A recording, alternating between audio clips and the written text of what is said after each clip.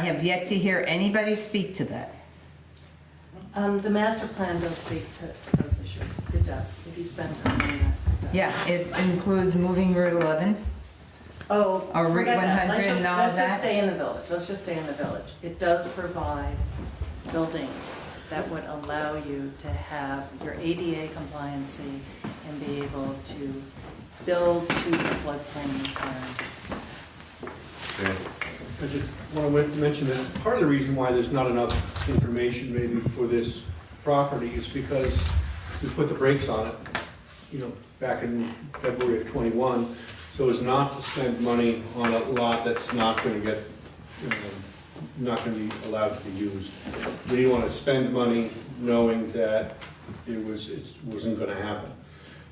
But now I think we've reached a point where there's not much else out there. And so, again, the reason there's not a lot of information is we put the brakes on the engineer way back, so, and we've maintained that. So any work product that's out there right now is with minimal effort. No real significant work has been done. On Pingree Park. On Pingree Park, right. We've done plenty of work elsewhere, but the brakes were put on that some time ago. I support this project. We have the money to do it. We have a very short minimal time to do it. We need answers. We need to know what the system's gonna cost. We need to know how big the system needs to be. I mean, May I just bring up just a something? simple cost. That's what I asked for, and I can't get it. What would the maximum size, 6,500 gallons per day, cost if it was flat land and ready to be put in? I want that answer, please. Melissa? We'll get that to you, Tom. Would We'll get the, that from Chrissy. would the parks folks be willing to go take a look at the dig site at the library, just to see what that looks like? It's covered in snow at this point. Darn. It's great timing, we got it done just in time. I mean, I have concerns about the test pits also, and I raised my concern at the Custer Sharp, about the Custer Sharp property at the last meeting, and I wish I would like to see what it looks like, just to see how invasive or disruptive it is, just to get some information that you're looking for. Did Chrissy or anyone It's take 10 pictures? by 10 by That's a good question. 6. They dig down and they fill it up immediately afterwards. Yeah, I know, but I would want to see it in the process. Yeah, Because it's not as simple as digging a hole. I mean, if it's a machine and there's other things that come in, there's a lot more that happens to it. I did go out when it was being done last week, and it's a mini excavator, and there was not a whole lot of disruption at all, other than, it was a little wet, and so some spots where there was wetlands, it went, this tracked vehicle went through it, and as far as I know, they patted it down on the way out. It was pretty uneventful. Uneventful. Yeah, I'd like to know if the engineer or anyone took pictures. Don't know. That'd be helpful. Or it has pictures of a test pit comparable being done. If we had a system, would everybody have to be on it? No? So you don't even know how much you're gonna get contributed to this thing in user fees? That's another good question. Well, we expect over time to make it as attractive as possible, because people face the reality that if they have any kind of failure in their system today, that the current requirements would not allow them to have their current septic system and their well, along with the cost, which is upwards of $40,000 to replace the septic system. So what you have to allow people to see is the cost benefit and give them an incentive in terms of what so our whole goal to keep the user fees down is to use things like public land properties. And to be able, and Tom, we will get you those figures on what a system would cost. I asked that at least a month ago to Well- Chrissy, and I couldn't Well, get we an can't answer. condemn So- You don't want to say, this is I'm what it's just- going to cost, and have everyone believe this is what it's going to be. Well, it's an Provide a estimate, range. yes, We but can provide- if there's a range, there's gotta be a way to say, it's gonna cost between this and this, most likely. There's gotta be a way. I agree, we'll do that. Should be listed in what was spent in those other towns.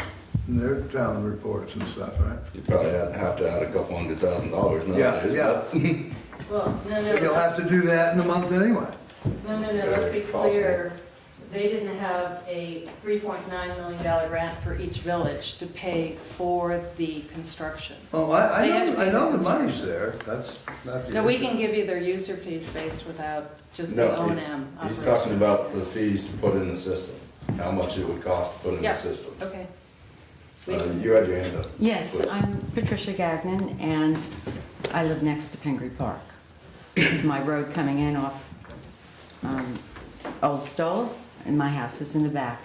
My property abuts the proposed wastewater. So initially, as a homeowner, and being the only person down there, aside from my neighbors, who are seasonal, I have a problem. I know what the runoff is. I know where the wetlands is. I had to have my property delineated 15 years ago, and I know what goes on. I know that area of the park. I have a problem with equipment being come down that road, come down the right of way that's given to the town, and usage up there.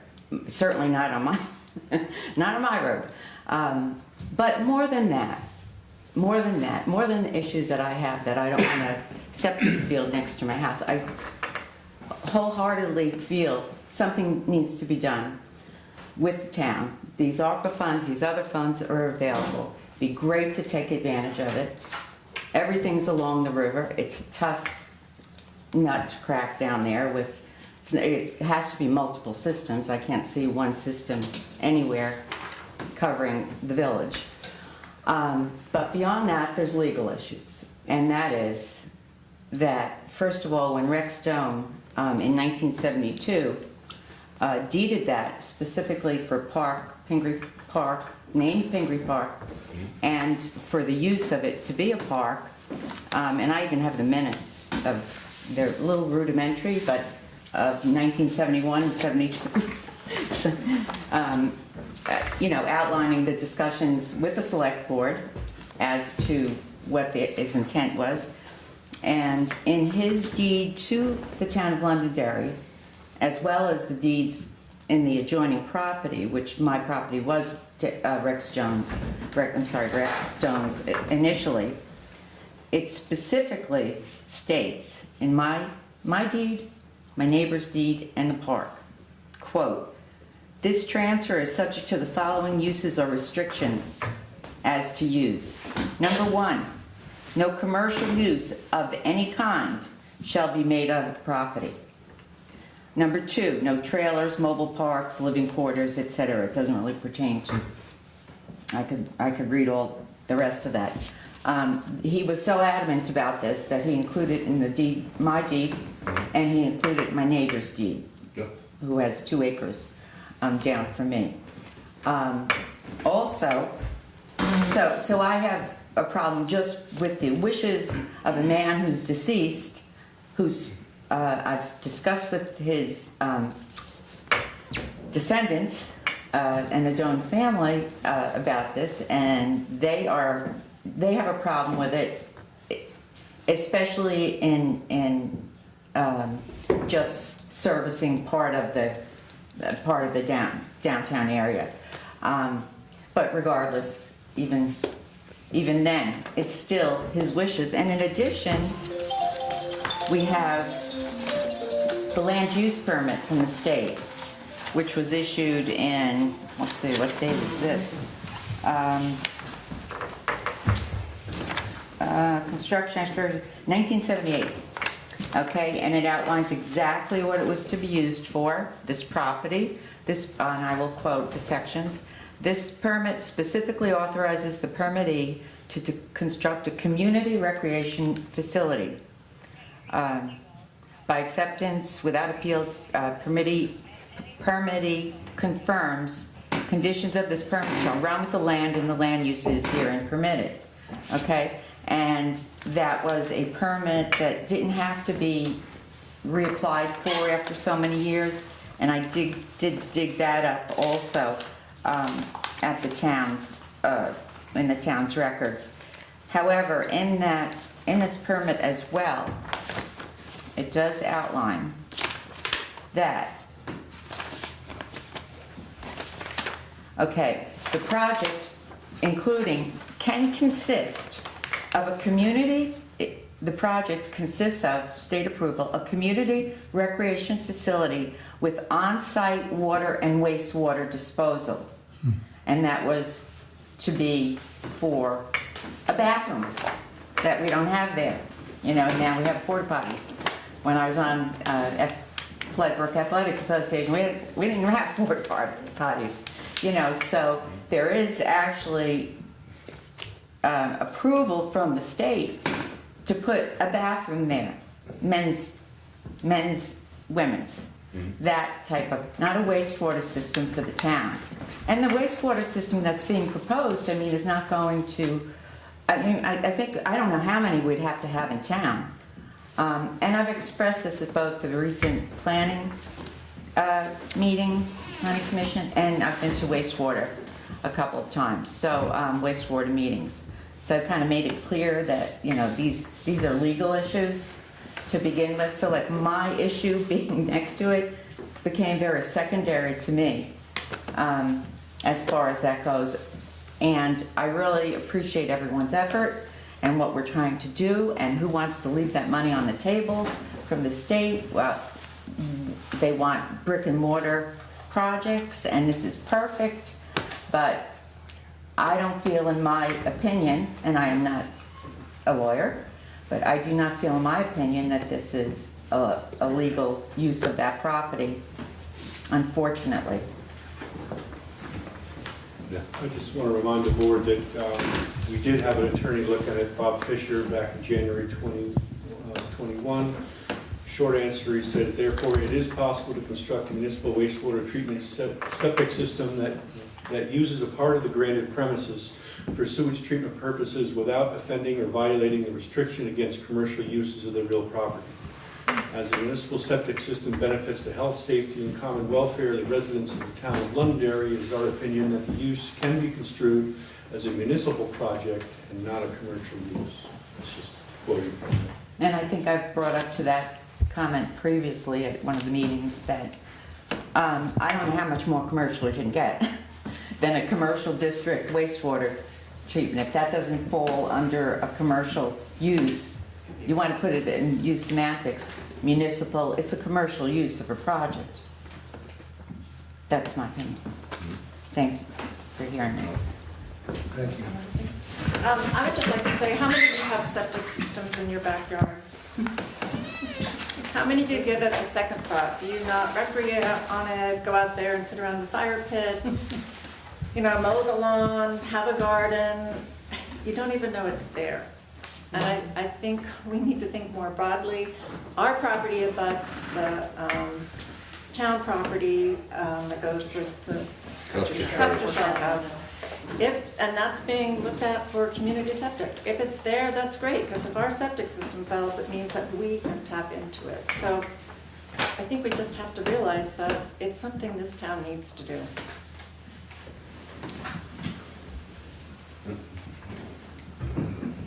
As a board, do you feel like voting on anything here? No? I feel myself we need more information. Yep. I would agree. I agree. I mean, this is really a first read for me on some of it, and I'd like a little more time before I'm willing to cast a vote. One thing that could be a first stab at working together might be a way for the parks to actually end up with a bathroom out of all this, maybe. Multiple bathrooms. How about that? Well, one question, if the board wants more information, is it okay to have the engineer provide that information? Because that's what we did a year and a half ago, put the brakes on them. In order to know if anything's even feasible, you would have to move forward at some level, probably, but. Right, I mean, to do a spoon test of the soil, that could right then and there and say, no, it's not gonna work at all. So again, it's. But now you're talking about the auger test. Yeah, the auger test, I mean, that could be a make or break right there, and it's very, but then, that's not really the point. What I'm reading from the Parks Board is that if it's good or bad, that shouldn't matter. But, if you want more information, we probably need to spend money to do it. The money that we've been allotted, that 3 million something, does that For fund, those. does that come out of that? We No. haven't got that yet, right? That money is, we won't even sign any paperwork on that for a minimum of 3 months, probably 3 to 6 months before we even get granted that money. So we're in the original funding packages of, it was first $32,000 for both villages, and then $125,000 for each individual village. So we're in that $125,000 of spending. Bob Fisher was here looking at the Custer Sharp property. That goes to the initial $125,000. I kind of feel like anything that should be up for consideration would be things that would be agreeable from both sides, not that one necessarily directs the entire thing. So in order to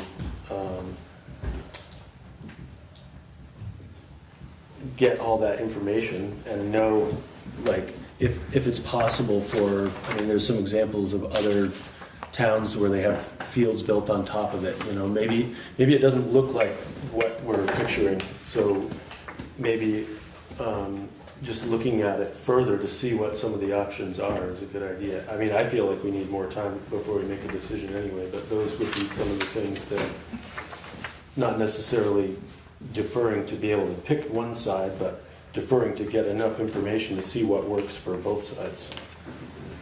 Well, and I think that the two groups, is it possible that you all can come together and meet somewhere in the middle as to what the parks could be comfortable with and what the wastewater group could be comfortable with to find some common ground? I hate for, this is one of the only possible spots for it to just be dead in the water. Is there anything you could do to even get a little closer? Because I'm not willing to consider making a decision on anything until the two groups are closer. I would agree, and I think we should sit down and really have more information. I actually like the idea. We did kind of say, well, we could put it under one of the playing fields. That would be a different model, but we were trying to do something that was least invisible, I guess, or visible to the Parks Board. And maybe we sit down and have a real envisioning session about what this could be and how it could benefit them. Is it possible to get a Parks Board person on the wastewater committee as a way to build a better understanding and better information flow? Looking at the wrong people for that answer. I can just speak for myself. I'm a coach, Parks Board member, I'm an electrician in a busy time. It's just, I know you guys want answers right away, but most everyone, if you stay for the next conversation, most everyone here is pretty tapped out. Joining another group is the least I personally want to do. I'm not expecting the solutions to happen overnight. I understand and I appreciate all of us who volunteer and put ourselves out there to the town. And if the answer is absolutely that no, you can't, no, the Parks Board does not want to give it, after a second try, does not agree that this is a possibility, then that might be enough for me. I'm just asking you to give it a second try. Well, me personally, what I've said for the last year and a half is until there's any testing, this is all kind of stupid. It's academic at this point. Just It is academic. But at the same time, I am a little concerned about who, if this testing is done, are we guaranteed that we're not the ones that are gonna be cleaning up the mess come spring? I don't know, will you elaborate? Well, on what I it mean, means? if Like one of the test pits pit? is right in the middle of the ball field, I'm just saying, if you're really truly gonna look at the whole park, you need to do, you can't just say, well, we're just gonna do this spot. I didn't mean to imply we were gonna look at the whole park. We were gonna start with the wooded area that was identified. That's what we were But you're gonna drive that excavator That's a fair point. I mean, we just need to make sure that. by the playground. Yeah, I think that's a very fair request. And I know I personally spent weekends trying to clean that up. So, Yeah, no, we did it at the library lane. We can't see it under the snow, but we did a really good job with the library lane. it's, Well, it wasn't untouched. I mean, No. It's rugged territory, and we've got a tracked vehicle in there, so it wasn't pristine, to be honest. but again, it's really not up to us. To me, if a compromise can be made, it seems that wooded area might be it, but that's just my thoughts. I have a question for you, ma'am. Yeah. You seem to have strong feelings on this. Do you feel that there is room to negotiate with these folks?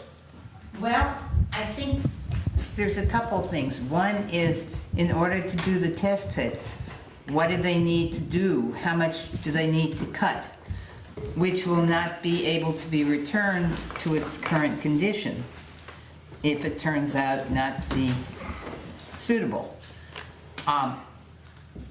And how much damage will be done to the trail getting the excavator in there in order to do it, because even tiny excavators don't go over trails without leaving some damage. Well, that's something you'll iron out with them.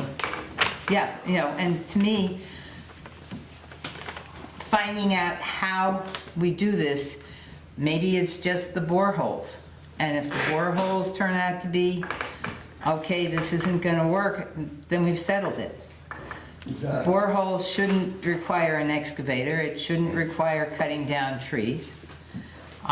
That seems to me to be a very reasonable first step. Well, there you go. Okay, part of why I feel so strongly is that I personally feel like it's a give an inch and a mile's taken. If we say yes to the boreholes, are we saying yes to, okay, and now you can cut down trees to bring an excavator across a trail that gets a lot of use and that I personally have put a lot of time into and would hate to have to put in the time to repair. And it's, you know, what's the slippery slope? What are we saying yes to? Boreholes? And then we can come back and discuss? Or, you know, okay, we got the boreholes and now we're gonna do the test pits because the boreholes look good. Or we couldn't make a decision off of them. And then, you know, and the next thing you know, whether it's good or not good, we've cut down this whole area of trees because we were testing it. I think you come up with a very good compromise. We can most certainly pass a motion where it's just, you go in and you do the auger test pit. Then we can come back and have a discussion.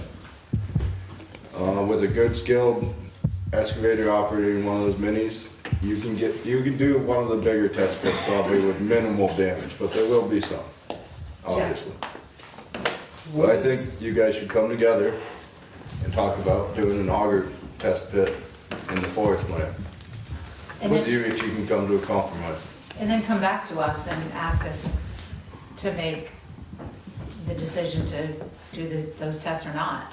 I think there's still more work to do to get me a motion. What's the proposed timeframe for the test pits or testing of any kind? I mean, are we thinking like, Test pits let's are gonna be hurry, harder try to to get it done do. before the ground really freezes, or are we thinking like, Yeah, probably. You could probably do the auger testing real quick. Yeah. I mean, I feel like based on experience digging this time of year with snow cover, there's probably no frost in the woods. So if you tracked a machine in on the snow, you barely leave. Well, I'd say start with the auger pit. I do that. Yeah, well, and I was just saying, based on the time of year, if you're saying wait, or if anybody's saying it's in the springtime, then it's probably gonna make more of a mess Yeah. seasonally than, you know, if it was, The idea would be the same as the library. You get water borings first. Yeah. They look pretty good, then they went out into the perk testing last week, and I presume we could get that done again. We've allocated funding for it already, for Custer Sharp Library, and we don't know what it would cost to do this. I just have a question. Is there any clarification of how many wastewater areas need to be installed? No, because the more houses that come, the more you're gonna need. No, I'm just talking Main Street, just to accommodate the commercial businesses and other people. I know wastewater said also the residential on the northern side of 11. So I'd have how to many? Try are to we- find that information we- again. We no. had it at one meeting, and it was a substantial amount of different systems to do the entire both villages. We're working on the capacity numbers, but we do know right now what we need just for current capacity. And Patricia, we talked about that at the last meeting. We did. The And, last wastewater meeting. okay, and I thought you said, my understanding was that there were partial, like this western end of the town would be on Kingsbury Park, and I'm just wondering, other people have asked me, who I've discussed this with, how many, will that take care of all of Main Street? Would one system take care? Pingree and No. Custom Sharp would, along with, From what I remember, the Retreatment. 6,500 per gallon would do Yes. 16 houses yes, per day. each, so then you have Custom Sharp. And you're adding businesses, and that might be more, And that's- or less, I mean. Additionally, that would be the groups of houses who cluster together for smaller systems on properties. You know, you are asking a lot of questions that what we're trying to do right now is to map it out and plan it. We really are trying. We're trying to gather the right information. Well, I'd say your first step should be have another meeting with the Parks Board, see if you guys can come to an agreement on doing an auger hole. The least invasive Sure. technique there is to start If with. they're okay with the auger hole, we could just go ahead with at least that. And if you can't come to a compromise, then What is part of the we're fine. I guess it's the Parks Board. Would they be willing to allow that? Kelly? I think the select board should just make that decision tonight. All right. But I'm good with the auger holes. I would support the auger, if that's it. It's the auger, and then we come back to the drawing board based on what those results are. All right, we're gonna come to something here. yeah, Make a motion? I would agree, and I think that it's important to explore this because of the fact that other sites have been looked at around town, and there just aren't a lot of options, so we have to consider every option. And if this is in fact an option, then it should be considered, but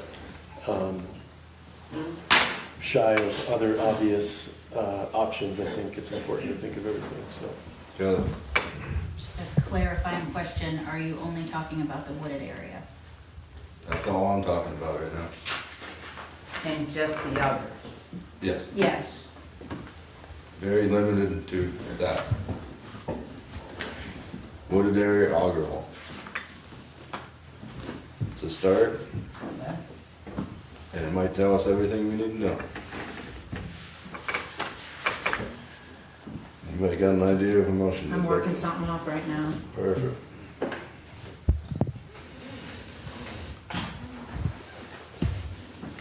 And if there's somebody from the wastewater committee who'd like to walk up the library trail with me and show me what's been done and what it has done to the trail, I'd be happy to walk with them. That goes well. not sure what you'd see right now, but Because of the snow. well, God, and You we're, will have a after tough the time rain. getting there. I would say, we were trying to perhaps, contact the Yeah. engineer too to see if any pictures were taken. yeah, There should be. pictures would be great. It's supposed to rain on Friday. Yeah, it's supposed to be. Doesn't look good again. Could be about. If we really get 1 to 2 inches rain.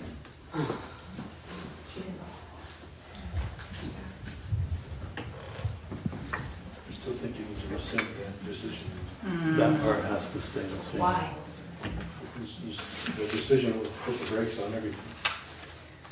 Yeah, but I don't want to take the brakes off. I just want to allow for an auger hole. I agree.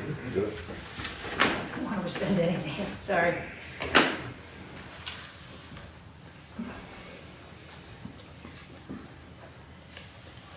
All right.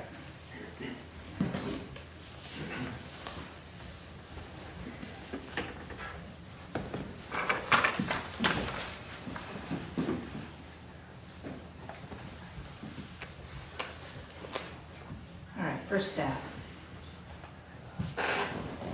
I move to allow for an exploratory auger hole at Pingree Park in the mapped area provided to determine its suitability for a community wastewater system. That the wood there, you know, that? Well, I said in the mapped area provided, which is the red Yeah. here. Right. Second. Do you want to add anything about meeting again pending the results, or just that's In the the min- I put that in the minutes. Great. You got a second? All those in favor? Aye. Aye. All right, you got permission to do an auger hole. Sure, figure in the rain. So now we move on to 7C, Village Wastewater Committee, request to conduct soil testing on Custer Sharp property. This is a property you had some reservations about, Yes. And I still do. concerning the archaeological. Correct. Again, if I'd seen the library hole, I might have less concerns, but I didn't see it, so. I take it an auger hole has already been done there. Yes. My concern, for those of you who, most of you weren't at the last meeting, because of the already recognized historical value of the Custer Sharp House, I'm just concerned of disrupting the land there, and if there's any archaeological values that might be disturbed. So with this, isn't there a definitive line of what belongs to the Custer Sharp House Historical Society, and then beyond that is the property that would be tested? Not immediately adjacent to that? Yes. No, not adjacent, it's. So how many farther down. acres are with the Historical Society? No, I don't know. So what raised my concern is that the process to approving the system is that there needed to be an archaeological study before.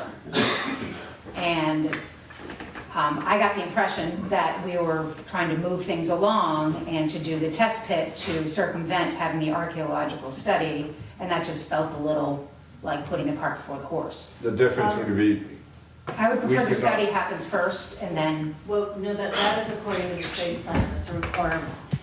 Because of the timing of the year, that's why we want it. Okay, there are a lot of timing issues around the library land because they want to sell the land. So we were under the gun to get that done. And you can do it, and then you do the archaeological part in the spring. It has to be done when the land is clear. So that's, that would be one way to do it. You would do the soils test pit first, and then you would still do the archaeological study. well, here's the thing. To use the grant funding that we have now to do the test pit, we would have to do this study. If the town did it without using these funds, Yes. we could do the test pit without doing the study. My recommendation, Do the study eventually. yeah, the study will be done. My recommendation is you have someone from the Historical Society there to say, yes, you can dig here in this spot. We do not believe there's anything here. What were the results of the auger test? Auger? No, they were good enough to proceed. Yeah, gave us enough to proceed. Was just barely good enough to proceed, or real good to proceed? Auger tests, unfortunately, I can't say are that conclusive, just so you know, they really aren't. In a sense, I mean, we use mapping information, so you use a lot of mapping information, soils information that's already available. And that's the way, actually, most of the time, that's what proves to be similar, if not better, than the auger test.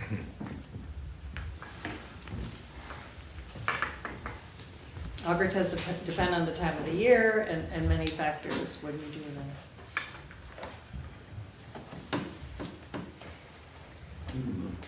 I think maybe just for clarification too with the test pits, I don't know if anybody witnessed these up here, but in most cases, they're going to excavate in an area of open land. They're not gonna start dropping big trees and stumping and doing like extensive work to do test pits. Up there, they snaked their way through, and they did probably 5 different locations. I think that's the typical approach, is to not necessarily like disrupt the land. Many septic systems for years, you're not allowed to take the stumps out, and you're not supposed to disturb the soils, because the soils in their condition are that's the value of it. So test pits in general are not super invasive, and I mean auger testing is even less probably, but a small machine working its way between big trees, maybe taking out the understory a tiny bit, is what you would see typically. I know that Gary Hedman, who's on the Conservation Commission, actually did flag out a route through the trees to get to the site. He did it on his own. For the library site. No. For the cluster. For the cluster. Because he's on the Conservation Commission, he's also on the. So like I said, my recommendation is to get the okay to dig in certain places from the Historical Society, who should know the most about that property, and go ahead. That's my recommendation. Is that part of a motion, or is there no motion unless that? I'm just saying what I would think should proceed with. Anyone cares to make the motion? I'll make a motion. You will make the motion. I move to authorize conducting soil percolation testing on the town-owned Custer Sharp land located on Middletown Road, the cost of which shall not exceed $4,000, to be paid from a source to be determined at a later date. On condition of the Historical Society okay? With the condition of the Historical Society agreeing to the testing. Is that the proper name? Is it the It's the archaeological. Londonderry. I thought we should second it, and then we can discuss it. Okay, We have a second. second. My understanding is that we need somebody from the state archaeological society or archaeological department to sign off. So To use the funds to use the ARPA funds the state gave us, we do, yes. So is it possible to have someone from that department present, not just our own historical person? I say they would not, they would say, we will have a subcontractor under our engineer to do the historical analysis, archaeological analysis. It's a person out of Putney. That person, I think I mentioned this at the last meeting, could be there, but we'll have to pay, have to pay for that cost. And it would not be a reimbursed cost. What was that? Probably would not be. What was that person's title again? Archaeological consultant. Not necessarily the historical society that was listed in the motion. And if Hunter Excavating is nice enough to donate their time again and excavator, then it might not cost us much of anything. Not to get off track, but the $4,000 that we were approving was actually supposed to be enough to do both groups? So, Well, we only approved one place last time, and we probably spent, Chrissy was there. No, she wasn't even there. She It was someone wasn't. else from her shop, Yeah. so it's. Their time, I basically, have no idea what that is. because the machine operator we donated to us. so the number is sort of moved anyway. We're not gonna come anywhere near it. Even if we have to pay this consultant to be on the property. I can't imagine it being all that much. Go on, $100 an hour, No. I don't know what they are. Okay. Any further discussion? All those in favor? Aye. Opposed? I'm aye, provided that it's exactly as said, that the motion seemed a little clunky. I want to make sure that it's the archaeological consultant, not somebody from the Custer Sharp Historical Society. You want to do it again? You want to modify the motion? Yes, I would like to modify the motion. But Jim, you gotta throw me what your motion was. Is it the one that's here? It's the one that's here, And just, right up to you the, added the historical yeah, it's the one society. that's here.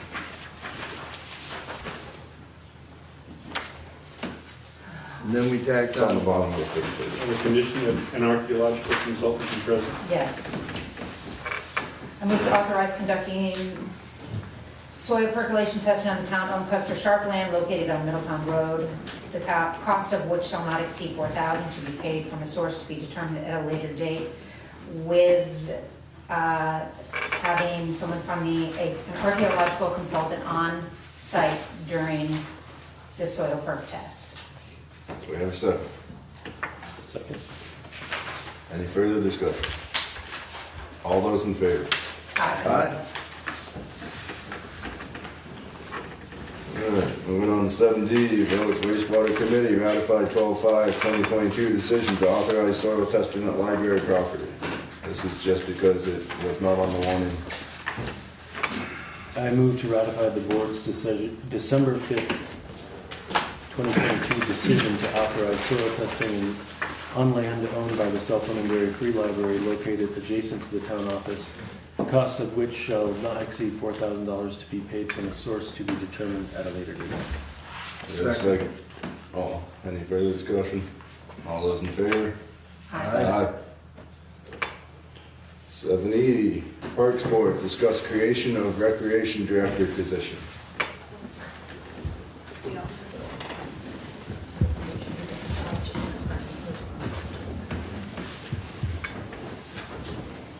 So I believe that all of you have the draft articles, both for Londonderry and potentially what might be on the warning for other towns. Along with the statutes that are about the interlocal agreements, which is the legal mechanism that all of the towns would have to enter into around the position that we're asking you to create. Yeah, so your pages 28 and 29. So we can give you an update on where everything stands with all of the towns. Sarah, do you wanna jump in on that? And then- Yep, I think the update is the same as the last time we were here, so, as of right now, Peru, Landgrove, and Winhall, at the last meetings that we attended, were planning on putting the articles on their town meeting. This is, Weston we attended their meeting last week, and they're still in discussion about it. And Wyndham expressed some interest in participating as well, so I was just on their select board meeting over Zoom, and I'm gonna follow up with some more information for them. I believe we came up with the idea that it would be a lot cleaner vote if all towns had the same motion. Or So, article, I should say. they can't all be the same as ours, because we're gonna be the town that would be hiring that person, so their articles can't reference that they will be the employer. Yeah. And Winhall wants to handle the funding that would go towards the position in a different way than the direction that we're going. And so what they have to have in their article is likely to need to be different. As long as each of the towns votes to go ahead with participating in creating the position and entering into the interlocal agreement that would do that, and they approve funding that would go towards paying for it, it's not so crucial that the language in everybody's articles be exactly the same. The legal mechanism that will actually be the binding thing between the towns isn't approving both of the articles at town meeting. It will be entering into a contract using an interlocal agreement. So, the first article is non-binding. It says, yes, go ahead, do it. The second one is binding in that it requires them to raise money. It doesn't require them to spend that money. So if the contracts, or the contract to create the position and fund the position was never formalized, if everyone eventually went, sorry, not gonna work, they will have raised money that they're not going to spend on the position, but it's, it would go into a surplus. It would be an unspent budget line item, or in Winhall's case, in a recreation fund. So what we need, well, there are two things I think that we need to ask of you. One is that the two articles for Londonderry's warning be sent to the town attorney for his take a look, see, and comment and change. He's the lawyer. Be better if he gave things the thumbs up. And the second thing is, for Londonderry, the second article, which would be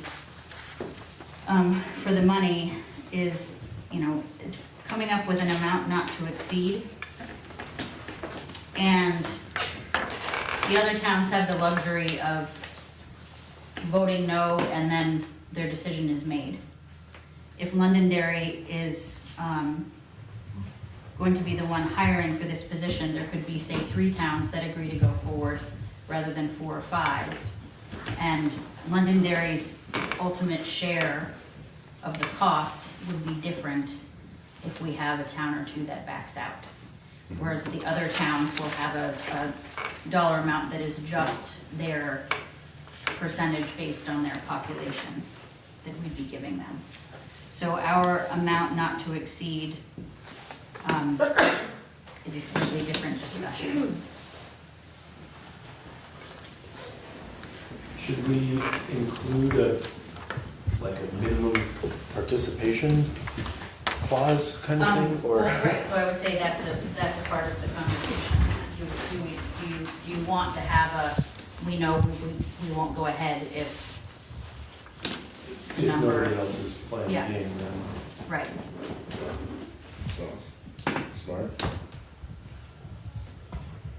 How we word that would be helpful, again, to have the town attorney in on that. So the most crucial thing to vote on is just having it looked over by the town attorney. Tonight, yeah. And I think that the number is something that takes a little bit more time to come up with, but again, it's Londonderry will be in a slightly different position than the other towns. Although Londonderry could also, the non-binding article could pass and the select board could eventually say, nope, sorry, we're not gonna do it, and, which would be really unfortunate, but it's. Can you make a motion? The motion I put in here is to include some kind of language on the town meeting warrant. Did not anticipate bringing it to the town attorney, but the town attorney should be anyway, obviously. Should that be part of the motion? Or Could be. Just add it. I would move to include in the 2023 annual town meeting warning articles,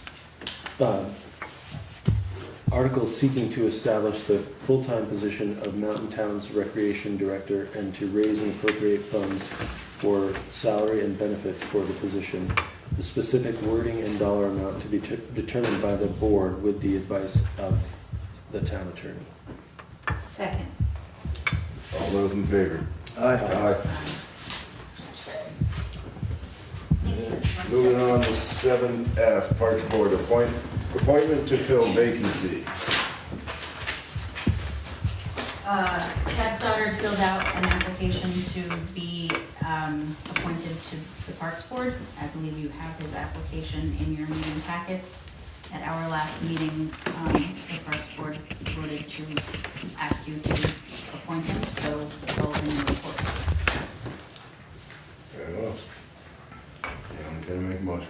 Just want to add, it would only be to fill the vacancy that was made, I guess, a year or two ago. And so it would only go until this This next town date. meeting? Yeah. Well, April. April 3rd. I move to appoint Chad Stoddard to the Parks Board to fill a vacancy with a term ending 4/30/23. Second. All those in favor? Aye. thank you. Moving on to item 8, transfer station, solid waste management. 8A is updates. The backhoe arm was fixed, and the price for that ended up being $1,819.39. That was the stabilizer. And my only other update is our contractor who plows the transfer station had a bad day on Saturday. Most of his equipment broke down, and I'd like to thank Steve Twitchell for getting in there with his truck, cleaning up what needed to be cleaned up with that and the loader, and getting the transfer station open that day. And Candy too for filling in for Keith because he couldn't even make it to the transfer station with all the roads closed. But we were able to get up and running. And also the 2023 stickers are available here at the town office. And on to item 9, roads and bridges, 9A updates. Got through the storm with one broken plow and a broken spinner and a few various items, but actually I think they did pretty well as a crew in a pretty significant storm, which was their first one as a team. So I think they did pretty well, and hopefully we get some repairs made, and it's a good thing we have an extra truck, I guess. But not much really else to report other than they're in it for the winter now. It's going to be constant, so. We did have an accident. Yes, that was the mentioned broken plow was due to a head-on collision with the town truck that was not the fault of the town truck, fortunately. He was parked in a lane headed up on the mountain, and truck came down the hill and slid sideways right into the plow, broke the plow of the truck, but the truck itself was not so lucky. The driver was okay, and if it had happened any other way, if the truck had hit anybody else in that line of traffic, it probably would have had a much different result. And everybody was safe, so. From what I understand, Jim, you were the one on scene, so thank you for that. Yeah. Anything else? That's it. All right. Now to item 10, old business. 10A, consider proposal for town hall roof repairs. This is a proposal to repair replace all the asphalt shingles in the rear of the town hall building. And you'll see on page 32 that there are two different quotes. One is for the shingle roof, the other is for the bell tower. We're not asking for approval on the bell tower right now because the pricing just doesn't seem right. The amount of work that seems to be necessary. But, this is $19,210. It's a lot of money, but the only people who are willing to bid on this, it seems. How many people bid on it? I'm not aware of anybody bidding on it other than these guys. It's going through Chris Cole, who's our engineer. And so he's worked with these folks. They did the building work last month, for the front of the building and some of the repairs of the slate roof, which we're not paid for yet because we've got some issues with some of the work that was done. There seems to be some gaps that we're pushing them to address. But they did a nice job on the front of the building. It's a flat slope, isn't it? It's not, I don't think it's incredibly large. It's just the shed roof on the back, I think.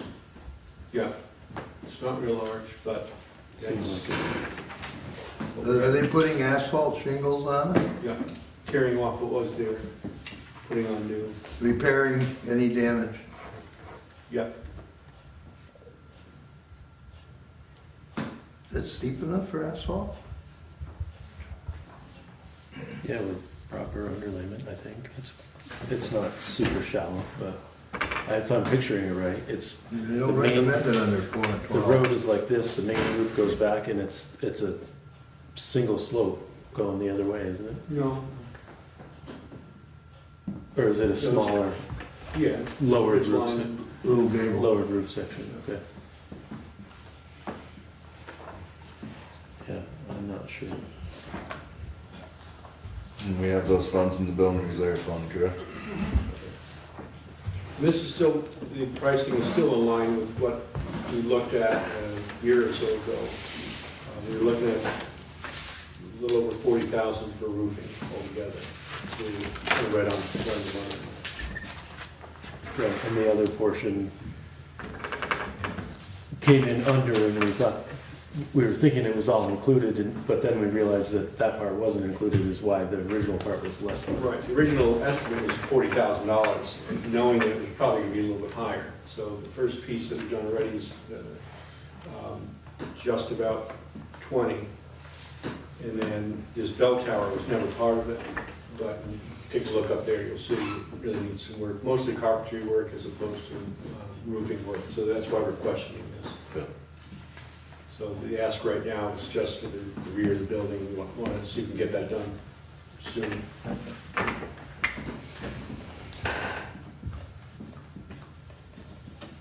Anybody care to make a motion? I move to accept the quote from Vermont Roofing Company for roofing replacement at the rear of the town hall, estimated to cost $19,210, and authorize the town administrator to execute any documents necessary for the hiring of the contractor to conduct the necessary work, and 3, authorize expenditure of up to $20,000 for this effort to be paid from the town building reserve fund. Second. All those in favor? Aye. 10B, consider placement of roadside historic marker on town property. Yeah, I guess I can speak up on that while I'm here. Maybe a bit of context just to make sure we're all on the same page. Back on August 15th of this year, I came to you all, the select board, to gain approval for an application to the state of Vermont Division for Historic Preservation to place a roadside historic marker along Route 11 on the Genzer Barn property. Prior to that, I had met with Mark Pickering, Tom, I think you were there, and Taylor, you were there, and Shane, you were there to choose a specific location. We had 3 options, and I might say also, before that, I had met with the Main Street Project group, Larry Gubb and Neiman Lyons.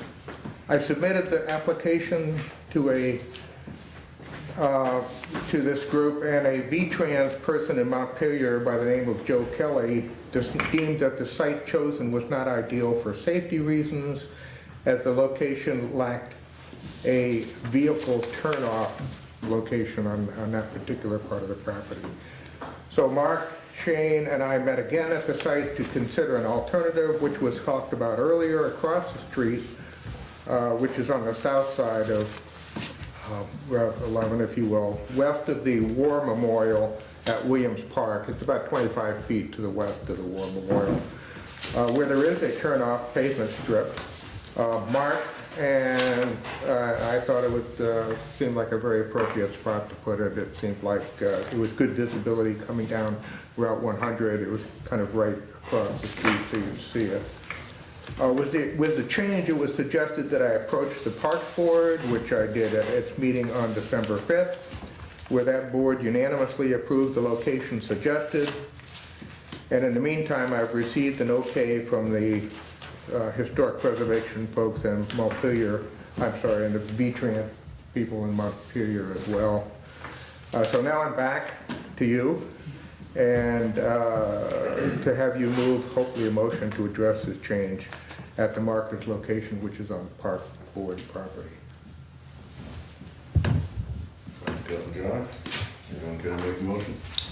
I have one question. What does it mark? What is it, Mark? Yes. Oh, you know what these historic markers Oh, look I know what they look like. Yeah, it basically recognizes Jake Burton Carpenter. Oh, okay. And the fact that he made his first Burton boards right here in Londonderry on Main Street. I remember that. And 1977. And I will say that Donna Carpenter, Jake passed away in 2019, but Donna I've been working with very closely, and her boys, they're very excited about having this happen. Yeah. And it seems like an extraordinarily appropriate thing for Londonderry. So. That was my only question. I would move to rescind the board's decision from August 15th, 2022 on the location of a roadside marker on parcel number 1020026.000 and instead support the application of the state of Vermont for a roadside historic marker to memorialize Londonderry's place in the history of snowboarding and to allow placement of the marker at Williams Park at a specific location on the property previously agreed to by V-Trans and the Parks Board. Second. All those in favor? Aye. Yeah, maybe just postscript, just so you all know. What I've done is put an iron stake right at the location where Mark and I said this is just in case somebody 6 months from now can't remember exactly where we were. So if anybody has a curiosity about it, there's a nice snowbank there, but there is a stake you can see in the ground. The other thing, maybe it's worth mentioning, the marker is being cast right now as we speak. I'm told it's going to be available in 20 to 24 weeks, which makes it probably sometime in May or June it'll be available. And I'm working with the contacts in Montpelier say they will get the marker to Londonderry. I might need a little hand to actually plant the thing in the ground. And what the historic marker people say is they normally work with the town garages in each of these areas. Now, I have no clue whether that's a sensible suggestion or not, but I would imagine that Lyle Blaisdell of Chaves, who was very involved in creating the half pipes for this industry, would be more than delighted to probably donate some time to drill a hole in the ground and put this thing in. But I won't know that until we get farther down the road. Donna Carpenter and the Burton PR people are on tap to plan a dedication ceremony, which would include Jake's family members, various key ski industry representatives. I'm told that maybe even the governor might come down and maybe some other legislators, and our local historical society and other people in town would certainly want to be involved too. So just to keep everybody involved, that's it. Thank you. Yeah. I'd like to say thanks to Bob. Yes, Persistence, patience, and Yeah. helping to create something that everyone can feel good about. It's about time. Thank you, Bob. We'll move on to 10C, discussion of use of funds from the American Rescue Plan Act. I had Shane put this on there because we got a more immediate request asking for funds from Mike and Tammy's sooner than later. Just thought we might want to discuss that.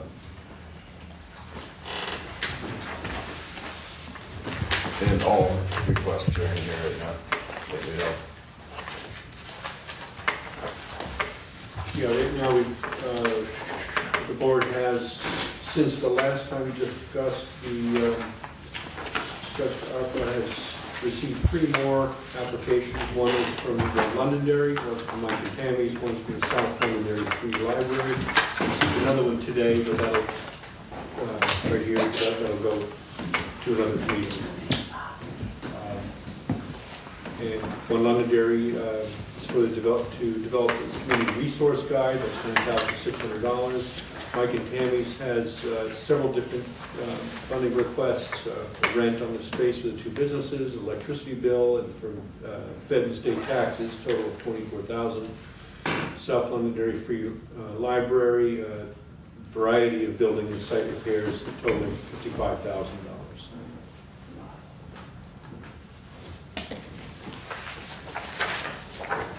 Total requests are beyond what we have at this point. Well, yeah. The total, the total ask right now, everything received in the past is $372,600. We have roughly $248,000.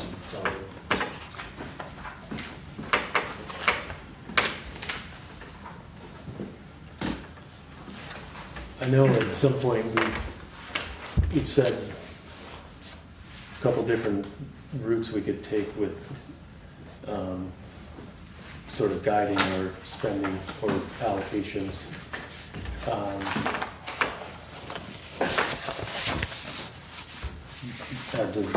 Do we feel like this is the list we're whittling on, or are we? It's the list we have so far. We said we'd give them till April.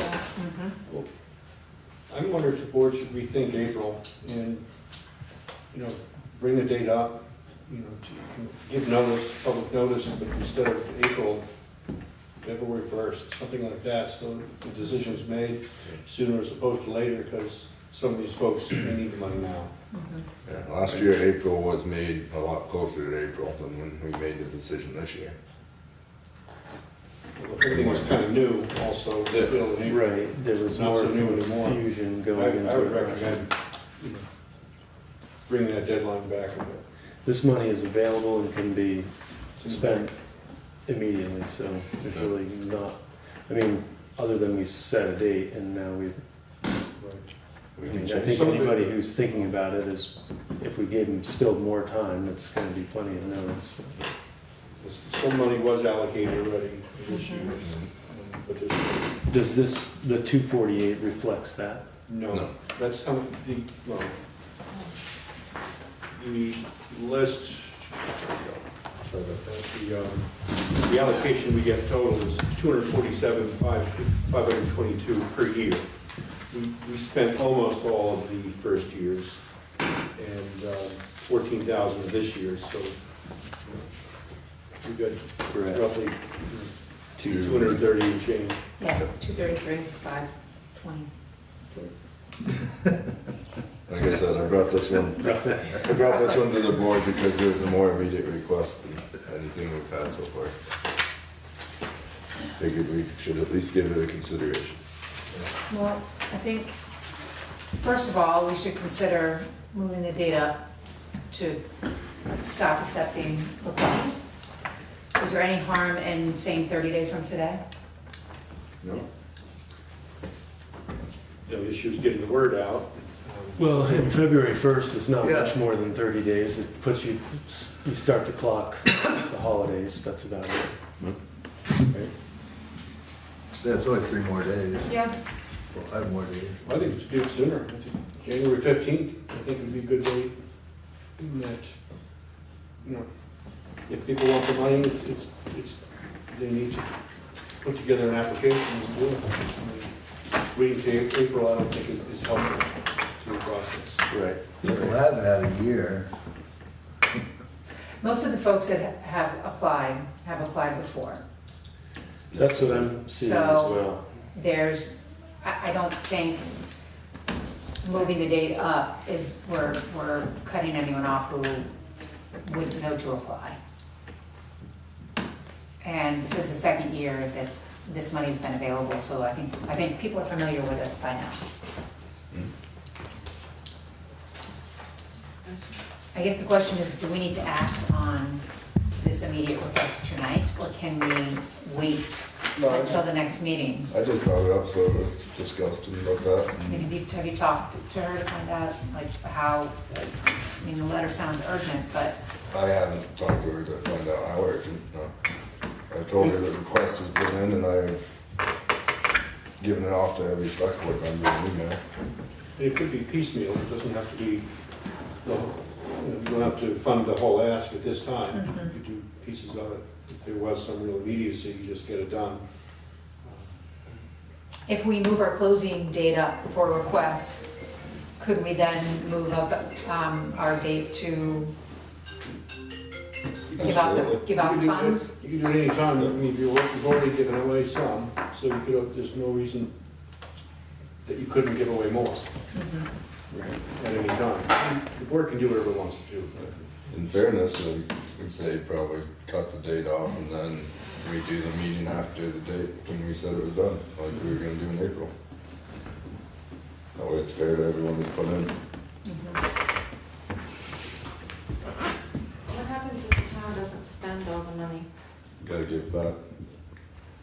I don't think that's gonna be a problem. No, no, just to, We'll find a way to spend it, don't worry about I'm that. just saying that if you saw several projects that applied, possibly give them more if it, Right now, if we give money to everyone who's asked us for money, we have given more money than we have. The ask is, Very- the ask is 375 Yeah, the right ask is now, and we greater have than- 233 roughly, so. And There are infrastructure projects I'd like to, I'm gonna be applying for on behalf of the town to the select board. So I'm, you know, staff is these are town competing. projects. just make sure you get them in before the date But- closes. Wish I could come up with an excuse. Thanks. I mean, I know this is a project that's pretty near and dear to Vinnie's heart, so I'd certainly would like to have him weigh in on it. We definitely have to whittle on a few of these. What page is that on? Oh, I I don't didn't even see know if the I have it. 36. I mean, He'd still be able to wait. Right, I would be comfortable moving Oh, you don't have closing a- date up if everyone else You don't have is the packet at comfortable. No, I And I don't. don't think he would, I don't think Vinnie, I don't want to put words in his mouth, but I don't think he would be uncomfortable with that, seeing that we're getting to the point where your requests are greater than the money. It's page 36, Jim. I don't have a I don't have Oh, How'd you get this far without it? it. I've gotten along farther with less. Doesn't have a reading pack? he doesn't have a copy. There's one left No, out. I got a bunch of paper here, but none of it's stuff that she's talking about. This is the, Yeah. Benny doesn't have one either. yeah, I was gonna steal it, but it's here. I left one out for you today. You didn't grab it, the meeting packet. Oh, it's Out there? outside. In here. No, I did not. That's where, usually there's one here. It sounds like moving the date up at least is not anything that, is something we can get done tonight.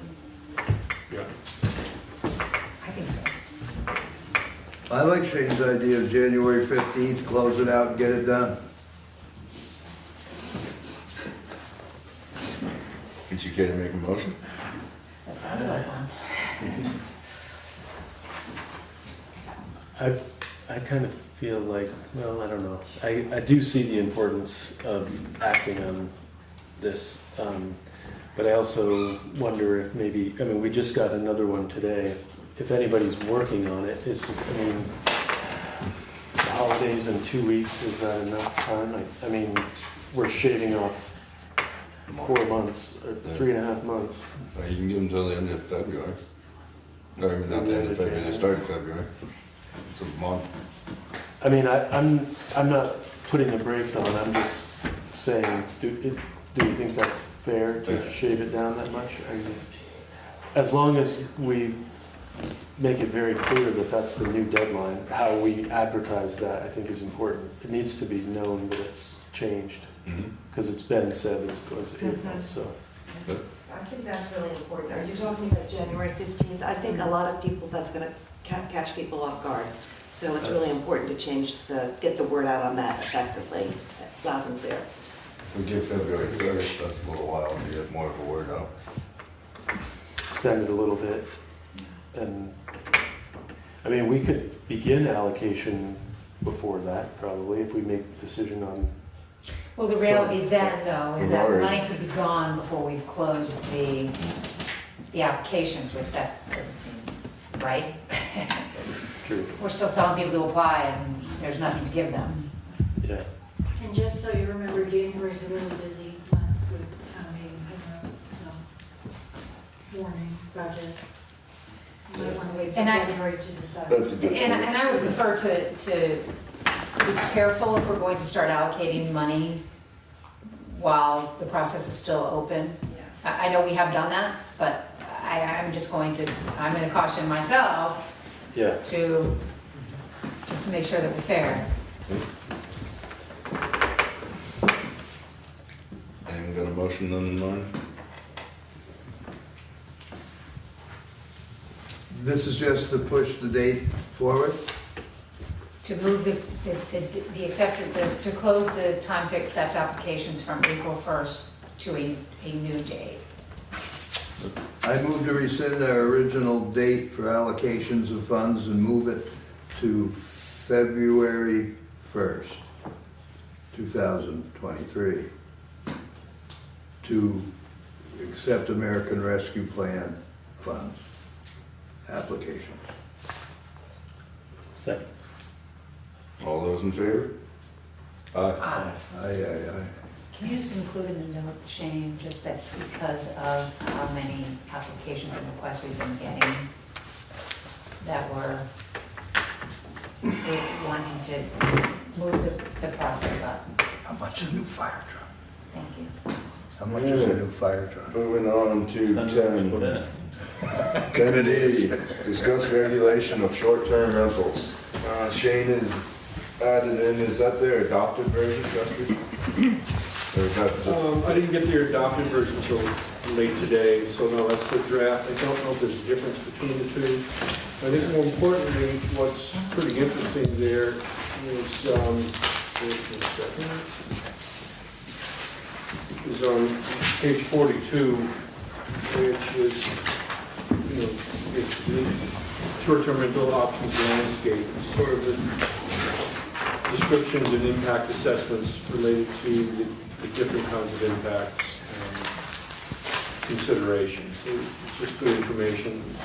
Again, Chester's, their attorney is Jim Carroll, who put it together. Jim is our attorney for the Contos case, so it's someone we're familiar with and trust. And I forwarded this off to Bob Fisher to look at as well, but it's some really good information that they've done. What's that?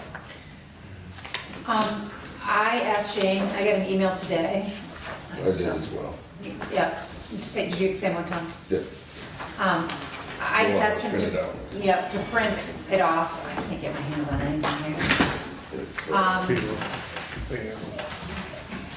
And I just think it's important, as we're gathering more and more information, and I think this is possibly the most succinct and easy to understand, and actually, from a fee standpoint, it seemed to all start to come together a little bit. And then, of course, I got this email today from someone in town, and I think that as much as we're continuing to talk about this issue, I feel like we're starting to get to a point to where whether a working group needs to be formed or something needs to happen so that these folks who live in town year-round, who are having these experiences, at least they know that we're going to do something about it. And I think that this email happens all the time. Yep. We can start drafting one up. It'd probably take a meeting or two to get one that we can send to Bob. Well, I think they've done the work for us in Chester. We've done a lot of it, Yeah, that's for sure. We've got a couple different ones to pick and choose from Yeah. and go together. So it shouldn't be too hard to get one somewhat started. But I guess the question is, what are we looking to get started? Are we looking to get a registry? Are we looking to then have a registry that is part of an ordinance? The Like, we have registry will to- be part of the ordinance. You have to have the ordinance to do the registry, I believe. But should we put together a group of folks that want to try to put together something like this and bring it before the select board? Or do you as a select board want to try to put together something like this? I think with the different options we have, we could certainly put one together ourselves. I Or start think the so, process. and I also think too that this is gonna be something that evolves a little bit too. So you pass an ordinance and then you amend it according to necessity, basically. I mean, I don't think there's any, every town that's passing these is a trial run. You could copy something that doesn't end up working, or you could make your own that doesn't end up working. I think it has to evolve. So getting something on the books and then reevaluating constantly to update it, or I know it's like a 60-day process to make amendments to an ordinance, isn't it? 90. Once So it does it's take- adopted. Well, and I appreciate the flexibility of the ordinance. Even 90 days to me is somewhat flexible, but as the zoning folks are working on their side of things, can some of the language and some of what we're incorporating be picked up on their end also? Sharon, do you want to weigh in on that? I agree. The timing would be, I mean, we started out in the bylaw rewrite with a whole section on short-term rentals. And of course, that was drafted up by our consultant. She has been a consultant for Chester and the other towns that we know. And so that seemed okay. And then when the select board decided to take it on, most of that's been pulled out of the bylaw draft that we have right now. Just in deference to, we can juggle it once it's figured out how it's gonna come across. Was that just an anticipation that, of a potential select board ordinance, so that you all just felt, let us kind of drive that? Yeah, I mean, it seemed like that was what was wanted. Sure. And so we didn't need to be a part of it, but we're happy to, and we still have that language somewhere in version 2, maybe, rather Right. than 4. Well, If and there you may be wanna- some pieces of the ordinance that are, need a little more backbone, and that's where the zoning can come in, perhaps. Sure. We've already paid for the professional expertise to get what we have. So if you don't have a copy of what was originally in the draft, maybe you'd like to look at that alongside what else you're looking at. Yeah, I'd like to see that if you could. Sure, I can take that out and send it How out. do we enforce this? And that's what we Through have an to ordinance. decide. Well, I mean, you got Joe Blow in New Jersey, buys a house up here, he rents it to Tom from NYC, he comes up for the weekend. No money ever changes hands in Londonderry. How do you do it? What you're gonna have to do is you're most likely gonna have to hire a short-term rental officer. Which brings That's me gonna to be my paid next for. point. That you're gonna have to pay for. My suggestion is you make your registry fee high enough that it pays for that. And I think we should have, And I think we should adopt the 1% sales on rooms. Because that can get money from the Airbnbs too, which is mostly what we have now in town. I think we should roll it all up and do a job for an inspector. Someone that can come and check footings, check if you're renting, you know, enforce those rules. Check your, I think the framing should be checked, and I think that the foundations should be checked, like the rest of the world does it. You know, things just happen, and Some of that's required by the state. Can I say something on that? Just because we've run into this a little bit with some fire calls as of late.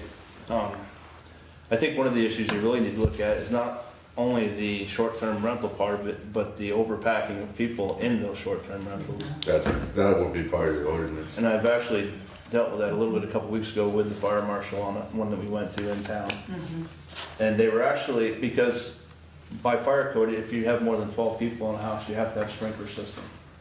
Most houses don't have sprinkler systems in town, and most of them have more than 12 people on a weekend. One particular house that we went into was actually permitted for 16 people, but it doesn't have a sprinkler system. But then found that out. Checks and balances. Found that out through the. So they still had more than 16 people, but that they were permitted for more than what the normal allowance is. By the state? Yeah. Yeah. So I just think that's another part of it that you guys should pay attention to as well. Yeah, a lot of the different ordinances we've seen so far have 2 per room, I believe it is, plus an extra guest. Yeah. So like a 3-bedroom, you can have 9 people, I think it would be. 8 people. 8 people, yeah. And I've seen them cramming 22 Yeah. with no fire exit on the second floor. You can contact the state fire marshal down in Springfield, and he will give you all the information you want to know about it. But there are codes for that, and really that's the only enforcement that we have right now is if we go somewhere on a call and I see something and I call him up and report it to him. They're so understaffed like everybody is that they don't have time to just come around and look for the stuff. Yeah. But if they get reports of it. So if we had someone who was I don't even know what to call them, short-term rental, and I hate enforcer, but whatever, guy, girl, person. So could they enforce these fire safety laws, or would they have to then call the fire marshal to come in? They'd have to report it to the fire. They'd have to just report it, okay. I was just going to mention too that I think enforcement probably comes from a few different sources depending on the type of violation. Yeah. If it's exceeding the occupancy, that's one thing. If it's loud noise, that's another thing. If it's, blocking a driveway or, I don't know. I think it depends on what the violation is, who ends up. And that if we make rules that are in our ordinance, then the enforcement of our rules falls on us. Yes. But then you work together with other entities to enforce You can make it additional- so that your rules have to comply with the state codes that are already in place, like overcrowding and egress and all It fire, should most of mirror the fire all safety those or things. That's what- life safety issues, but you can make your ordinance so that it has to comply with the state codes that are already in place. Yeah. Yeah, most ordinances require the town to have the safety record from the state saying, yes, you are permitted. Yeah. So, Makes sense, yeah. and if you look at Chester, it's just as an example, their enforcement, section 6, page 45. The short-term rental administrator, Chester police officers, Chester zoning administrator, and the Chester town manager shall all be designated and authorized to act as issuing municipal officials to issue and pursue before the judicial bureau or other court. So that's 1, 2, which we don't have police officers, but 1, 2, 4, potentially 4 people who could act as enforcement. But go all the way back, Jim, and answer your question. I believe that if we have a short-term rental administrator, it's going to be a full-time job. Because putting together an ordinance like this is gonna require enforcement. And if you don't have somebody who's able to get in there and enforce the ordinance, it's just toilet paper. It's nothing. Yeah, that's why we got a Well, and it do our might be- fee structure to a point where we can have someone to do it. It could be a thing too where, and I know that one of the officers that came and spoke with us about policing our town described a situation where you have violations that, a high number of violations that slowly decline. And, you know, there may be a point where there's less work to be done, but it's gonna start off busy. And Chester has in theirs, their fourth offense, $650 per day, plus revocation of 12 months before a new short-term rental registration application. So if you get to the point, you're not gonna have a short-term rental for a year. Yeah, I think it has to be that way or else. And if you do, you get $650 a day in fines coming due. Well, I think that, again, going back to the email that we got today, it just goes to show you, and this is just one person who's spoken up and out. I've heard from. I You think can have a there's stack of those. a lot of these. Yeah. We I can can most write certainly it. start drafting it. It might not be, February might be the best time to really start crafting it, because these next couple meetings are gonna be, there's a lot on our plate.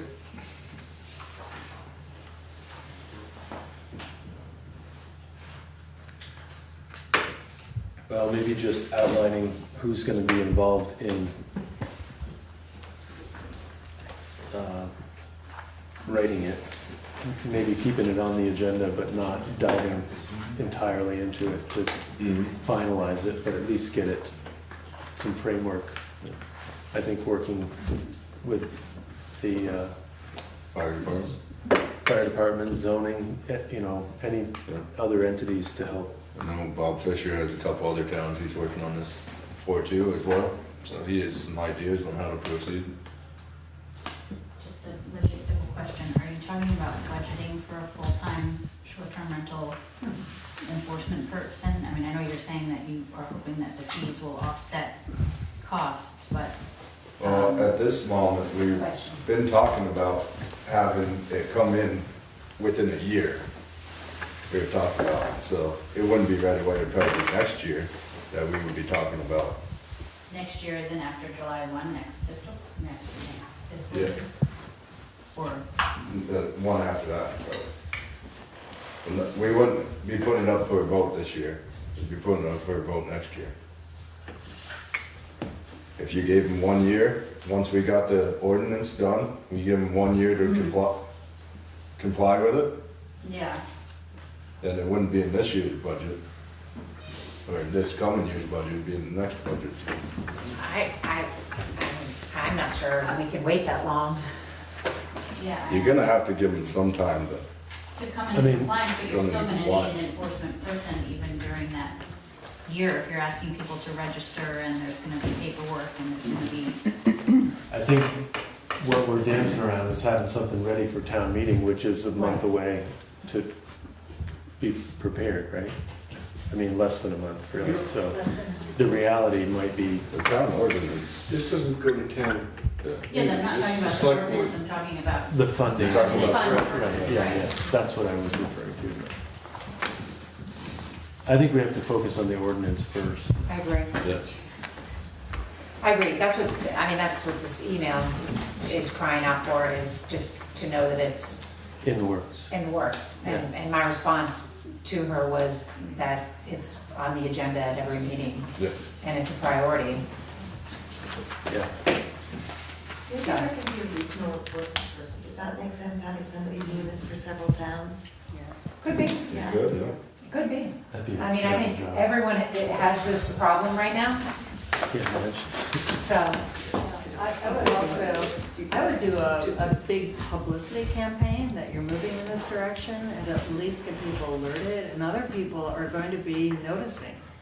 And you'll hear more information. I know you won't have the actual enforcement, but at least it'll raise the awareness of people who are doing the short-term rentals, that they need to do things differently. Like just bringing up, the fire codes and things like that.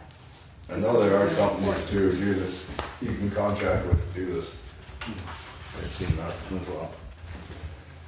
But I'd say the first step is we need to get the ordinance figured out. Yeah, the devil's always in the details. We can start to cross those off as they come up with pulling the ordinance together. I think Bob has asked, what is the problem you want to fix? Is it the party houses, or is it lack of housing for folks? And I think it's both. We need to craft both of those into this ordinance. I think it's both, and then there's more to it than that. It's not just the party house or taking the housing, it's the impact on our infrastructure. It's the impact on our transfer station and our roads, and so that's involved in it also.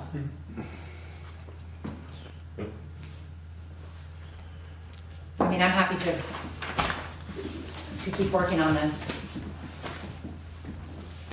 but I'd like some friends. Yeah, I'm happy to help. Steve? Yep. So we'll keep on that.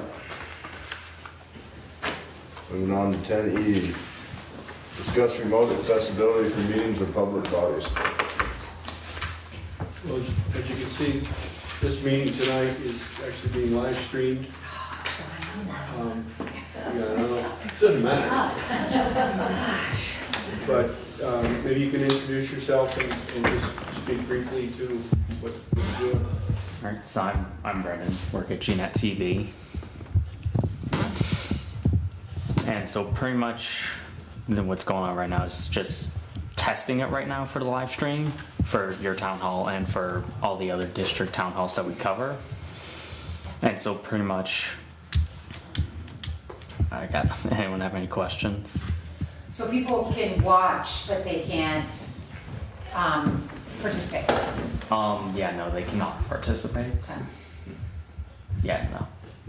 Is there a possibility that in the future they might be able to participate, or is it just gonna be a view?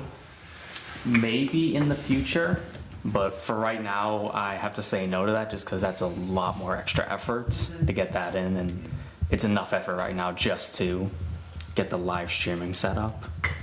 So are you live streaming right now, or are you Yes. testing right now? Right now, it is live streaming, and I'm just doing it as a test to make sure it all works and I can get the framework to set up for 8 other towns. Sounds good to me. So does it require you to physically be in the building while it's happening, or eventually when you have it set up, it's happening? So for this one, I'm gonna be in the building. For right now, there's a different idea we have where I don't have to be in the building, but that one requires a lot more extra efforts and more money. So for right now, it's just gonna be, right now I'm in the building, but eventually we'll set up our videographers to be able to do this. And so is the idea to just be for select board meetings, or is it for any town public open meetings? Right now, it's just for select board meetings, and then once I have that ironed out, it can be for every other meeting. Sounds good, thank you. And that does not mean that people don't have to take notes, right? Like, notes are still required. Minutes? Yeah, minutes, yes. Yeah, there's really no matter what. difference. It's I just, mean, people can watch us, well, they can now. but later, And but now recording, it's yeah. now. Right, we still have an obligation to do minutes. Yeah. Great. It's exciting. Any further discussion? Can I just comment as a member of the planning commission, that we have found within our commission, and I'm sure some of the other commissions and committees of the town, really we would have improved participation, both in terms of our current membership and audience participation, if we could have a remote participation feature, if we could do it through Zoom, for example. We have found just sometimes it's hard to get our whole committee together because people are out of town. They're happy to come to participate in the meeting if they can't physically be here, but without a Zoom capability, that's not possible. So I would just, strongly encourage the town to consider an alternative so that everybody could participate in the meeting. Well, now I know there is some Zoom capabilities happening now. Like, I came to the housing committee meeting by Zoom the other day. So, That's probably being done through neighborhood. no, it was here. Oh, was it? Yep, I wasn't here, I was at I can my say home, that but somebody was here. for the So planning it can commission, happen. We've done it for the planning commission, and having been on both sides of it, both trying to participate remotely and in person, audio is a terrible problem. It's really hard to hear what's going on. I just don't think, we bring our own computers, we don't have adequate equipment for that kind of thing. So it just would, I think, improve participation in our meetings at all levels, committee members as well as community members, if we had better technology to support the work that we're doing. Well, I do know that Vinny is doing some research. Unfortunately, he's not here tonight because he might be able to report out on what he has found, but we have been asking to come up, get some more information. So, I'm sorry. I think the example that he's researching is. His neighborhood connections. Neighborhood connections, which That's very successful. Yes, yes, and I've seen it and been involved in it, and that he's tasked himself with getting more information, and unfortunately, he hasn't. Kelly, They looked it up. Kelly had something. Board members have always had the ability to attend meetings as board members electronically. So that's not something that should be discounted as something that's available for members to attend meetings. It's just, I know what you're saying. Yeah. But that existed before the pandemic. We just found new platforms during the pandemic. Also be aware that the laws allowing that to happen expire at the end of the year. And who knows what the legislature will do with them. I just wanted to add, I did check out what Neighborhood Connections has. I did a little research on the costs and all that, but they have an interesting setup. We would need to get a screening and all that sort of stuff to the property. So I'd love to hear what Vincent has to say and see what the money where the money is. I mean, do you have a dollar figure? It was over $2,000. Our TV And our TV crap today. So, $4,000?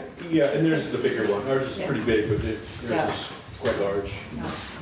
And theirs is, Neighborhood Connections is in use a lot. They will, anyone who asks if it's available, and they have to get some extra equipment, I think I mentioned this last time, just to cover their own needs internally, so. I think we've come up with a solution somewhat, so right At least making progress.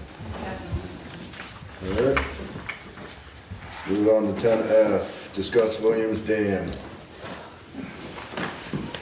So this is coming up because the USDA study came in today. Board members have a copy of that, and what it's long story short is that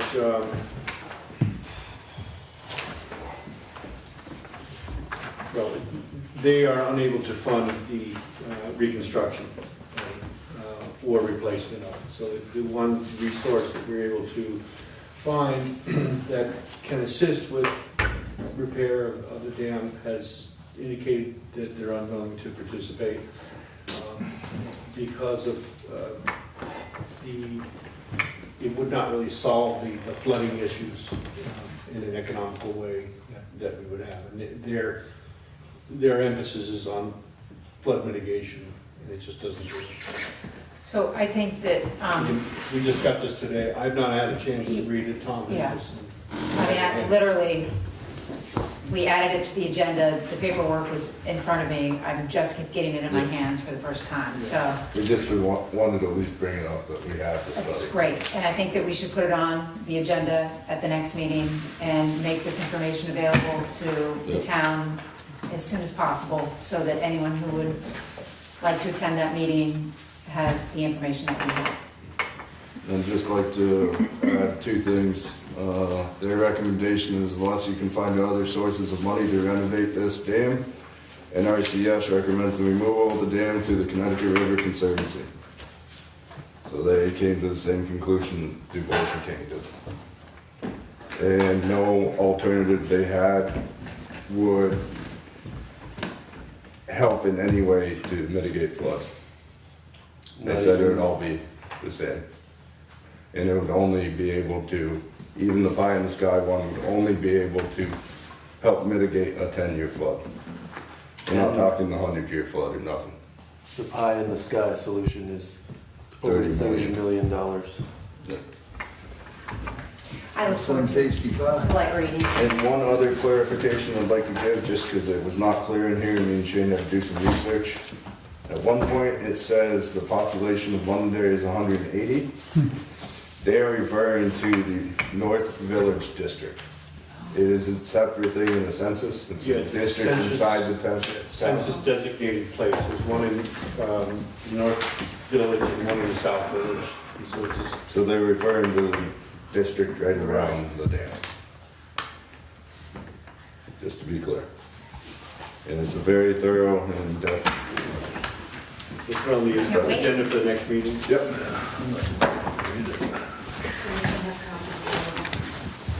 And we should put it up on the website.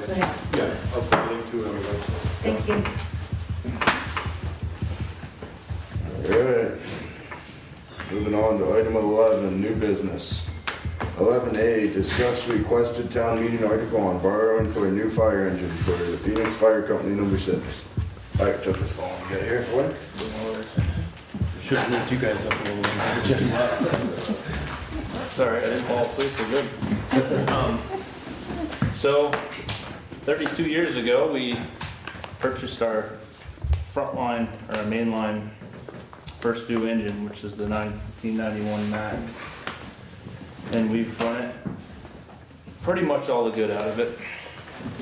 And it's time for it to be replaced. Obviously, we're all taxpayers in the town, and we don't like to spend money any more than anybody else does, but we can't make it last any longer. It's due, overdue, been overdue, and we keep milking it. It's held together with duct tape and baling twine at this point, so. Just to give you an idea, so when we bought that truck in 1991, we built it, I think it came with about $125,000. The truck we're looking at building right now is very similar. We're not doing anything extravagant. It's a basic standard cab, seats 3 people. We'll have a 1,500 gallon pump. We'll carry 1,500 gallons of water. The one we currently have is 1,000. But we need the 1,500 to meet NFPA requirements, current requirements. So, and that truck is probably going to be around 500,000. I apologize for not having an exact number, but we're working with Dinghy Machining over in Cornish, New Hampshire, who we built several trucks through, and we really like their work, and they're close by. So it's, if there's problems or questions or concerns, it's close by to go talk to them. I want to clarify, we're not asking the town of Londonderry to fund the entire purchase. As most of you know, we are a 501c3 nonprofit company, private company, and we do provide services to Londonderry. We also provide services to the town of Landgrove. So what we're asking is an allocation of funds from the town of Londonderry. We're also asking an allocation of funds from the town of Landgrove. And we base those requests on basically call volume, and we do run 90% of our calls in Londonderry, so the amount we ask from Londonderry will be a lot more than what we asked Landgrove for. That's understandable, but, and we also, through our own fundraising and raffles, and we have an auxiliary that does a great job of trying to raise money for us in any way they can think of, and so any extra money we can get out of that, we'll put towards it as well. I just didn't want anybody to think we were just coming here and saying, we need this, you buy it. And this is the way we've done it with all of our past purchases as well, is we try to limit the burden on the taxpayers in the town by spreading it around, by trying to get a little bit from everywhere. Do they have any financing options with the? No, not through Larry Ding, not through. Okay. Because that's how we did it with the South Londonderry Fire Department last, right? Yeah, but. They went through a commercial. There was a down payment and then there was financing for 5 years. Yeah. Yeah. Well, It was I think I got a bunch of quotes and they got a quote. Yeah. Yeah. We haven't done that. I mean, I guess, I don't have the exact number that we're gonna ask the town on there for. I put in not to exceed 500,000. I mean, we're trying to keep the cost of this truck under $500,000 total. I can't guarantee that, but that's what we're working towards. We've had to rush a little bit, so we weren't able to get our final numbers through Dignity, but we will have them before town meeting. And what we were requesting from the select board tonight was to put our request into the warning the way it is, not to exceed 500,000, and then I'd be more than happy to, at town meeting, amend that article to be an exact number, which I can all but assure you will be less than that. Do you have a time frame on when you can get a truck? I know, like, for instance, plow truck, a new plow truck, it's 2 years. Yeah, well, we're hoping around a year from the time we sign the agreement till when we take delivery. That's going with the chassis that Larry works with. He has certain companies he works with, like, this is Freightliner. It's a Freightliner, yeah. With the Cummins motor. That's something he can get fairly quick. So you don't put it out to bid? No, we haven't. We picked somebody that we want to work with. No commercial company is going to build a truck cheaper than him. If you start looking at commercial like Sutphin or the E1s or any of that, they're going to be 700,000-800,000. I don't know. They're going to be a lot of money. Super custom. Larry does a great job for us, and he's built our, like I said, 3 trucks now. We just built our last one. Yeah. Using Cornish? Cornish, New Hampshire, yeah. So just talking to Tina, we were talking about financing one thing and down payment. I don't know what, if you have anything to add here, just on how to do it. Yeah, What we've done in the past, when we've gone through this with the town, is that the town would just take out a loan through, like, Jim used to do it through Chittenden, I think, and it'd get like a 1% interest rate.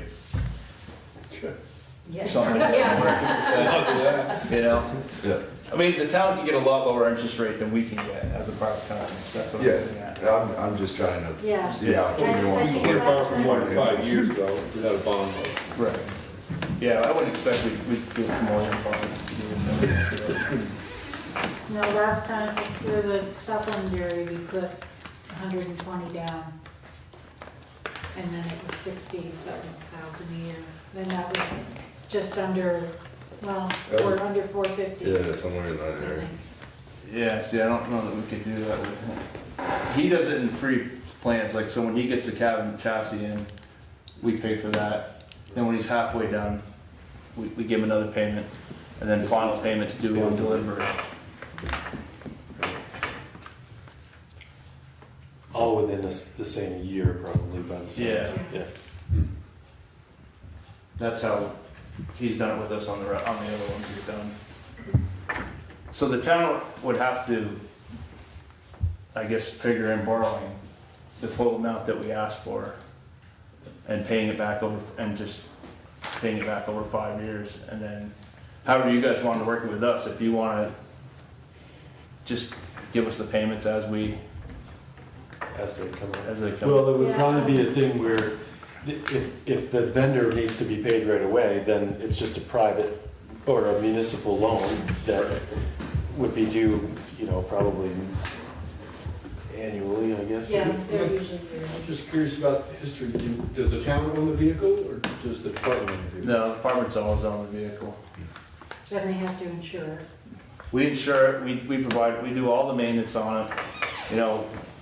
We pay for all the repairs, license. It just makes sense. It would throw another wrench in the work for somebody else to be on the title of the vehicle if we're the ones that are doing all the maintenance and the repairs and the insurance and registrations and all that.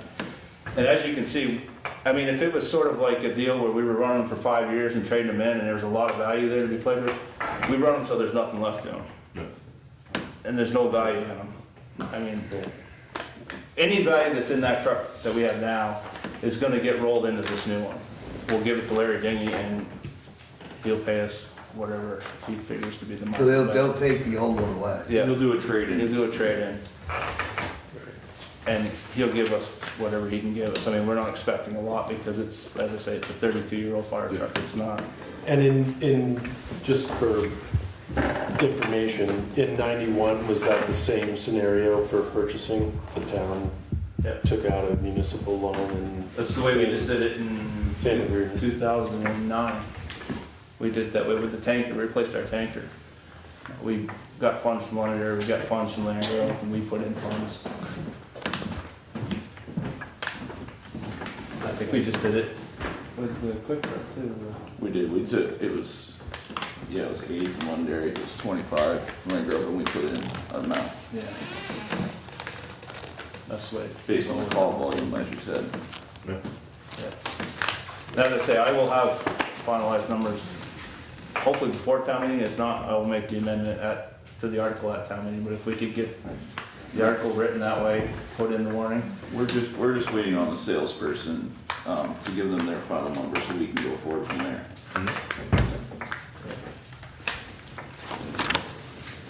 Did about 2 in 91, put one up on blocks. Yeah, the antique value alone would be something. I mean, I have to field any other questions or?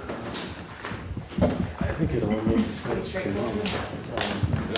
And this is the time to do it. As long as Tina's good with the financial part aspects. We always try to do it so we're not lined up with another big purchase, and I didn't see any other big purchases. Oh.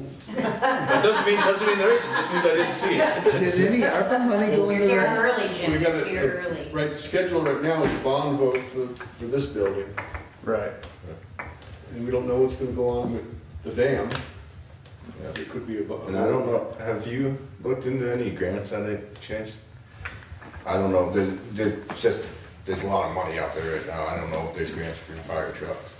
Yeah, we actually looked into the FEMA grant. Paul Abraham was one of our members. Yeah. But the problem with the FEMA stuff is it's hard to get a truck. It's very hard to get a truck. Yeah. Chester got one last year, and that was pretty amazing that they got that. Yeah. But they generally don't go back to the well twice to the same area, and they're considered in our area. Yeah.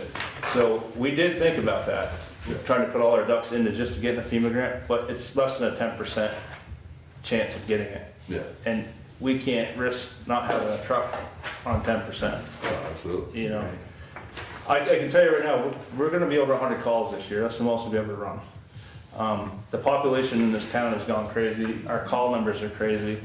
We're not getting any more volunteers. I mean, we have to at least have good equipment. And, A truck everyone can drive. well, that's the other part of it too. In 91, this truck, it's a Mack, and Taylor knows as well as anybody, and our model Mack is not an easy driving truck for somebody that's not a truck driver. And we don't have truck drivers anymore. When that truck was built 32 years ago, we had truck drivers on the department. We've got a couple of guys with CDLs now, probably, I guess 2, maybe 3. We don't have any professional truck drivers anymore, so we have to, this new truck will also be built where it's a little more driver friendly. It'll be an automatic, it'll be just a lot simpler to train people on, and you can't teach anybody to drive on a model Mack. If you don't know, you don't know. That's just the way it is. Can't risk having any more people quit. And anybody can make a motion. I would. I move to include in the 2023 annual town meeting a warning article seeking to raise and appropriate funds for a new fire engine for the Phoenix Fire Company number 6, the specific wording to be determined by the board. Second. All those in favor? Aye. Thank you for your time. Thank you guys for your service. Sorry we didn't move you up further. Have a good holiday. Faster in the line there. Likewise. Thank you, wait all night. Yeah. All right, moving on to 11B, review and discuss preliminary budget. She'll be back in a moment. What the hell was that? I have a phone call coming from Ireland. My son's coming, he's calling, I'm gonna need to go. Okay. You don't need me for the executive of any of that, booby gobbers? We're all good? It's up to you. Best beware. Yeah, we got a quorum, We're good? By the skin. Just barely. In Ireland. Now I can let the phone ring, I No, suppose. not in Ireland. Huh? I know. I know, that's why he's up to do this call. It is quite late in Ireland, 5 hours later. It's family, so. All right, I'm gonna hit the bricks. Jim, do you want to sign this stuff before you go? You betcha. Sorry, I didn't have a pen, I'm a pencil. How did you sign those? What's that mean? Well, sure. Where are you? I don't know, keep moving around, I'll catch you somewhere later. Sorry, Tim. So here's a first look. Overall, we're not looking too bad. I mean, I know there's a lot of other big things that are coming up, but what we need to raise in taxes at the moment is 3% less than we needed to last year. But that does not include appropriations and any other special articles that we have. Still not too bad, though. No. So I think if anybody has any specific questions, I'm going to set up a time when we can go line by line. Yep. When there's not so much on the agenda. Yeah. Sometime next July. I didn't get a chance to go through all the appropriations, but I Have we got haven't any even of put those? them in yet. I will have them for you.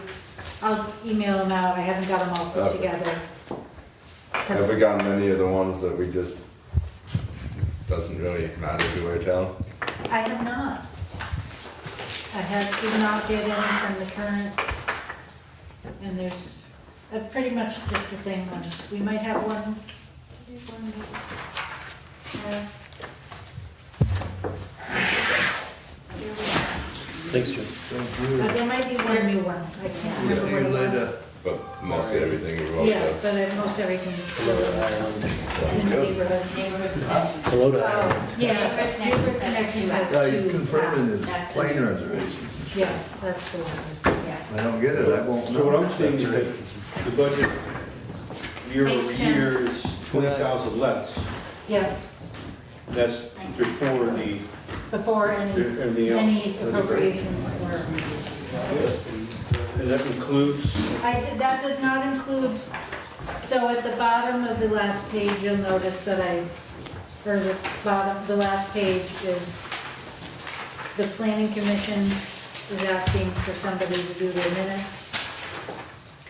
If the select board chooses to have somebody do their minutes, and then I did a quick analysis of the parks employee, but we still have some fine tuning to do on that yet. Does this include an increased, the potential for an increased cost of living Yes. rates? Yes. Or What percentage? Yeah. What percentage is it at right now? I did everybody at 5.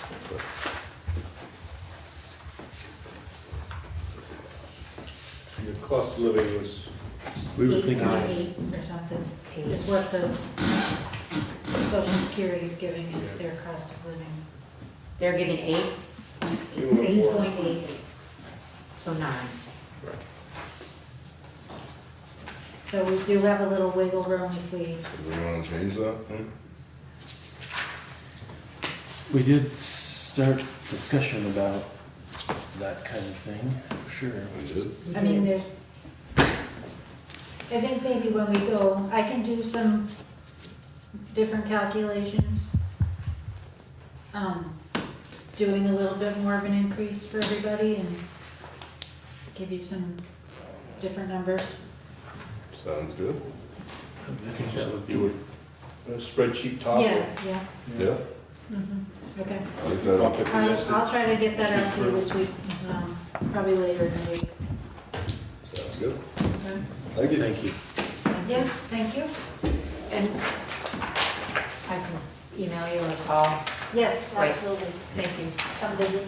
Thank you. All right, moving on to 11C. Discuss the Vermont Route 11 right-of-way matter in the vicinity of Riley Road, Town Highway number 8. Yeah, so, we had an individual from V-Trans right-of-way come visit. They are looking to do some kind of major culvert project on Route 11, I think the entire distance. And they sent out, and they have right-of-way people looking into this. Well, what happened is, some years ago, in the 40s it looks like, Route 11 was moved. Right near the Taylor Farm and Riley Road in that area. And it was moved, and what happens then is the former right-of-way apparently devolves to the town. Normally what would happen is the town would discontinue it and would go to the property owners underneath. And it looks like that never happened. And just earlier today, Bob Fisher was here, I talked to him about this a bit, and he was interested, and I requested information about the state when they gave the property to the town.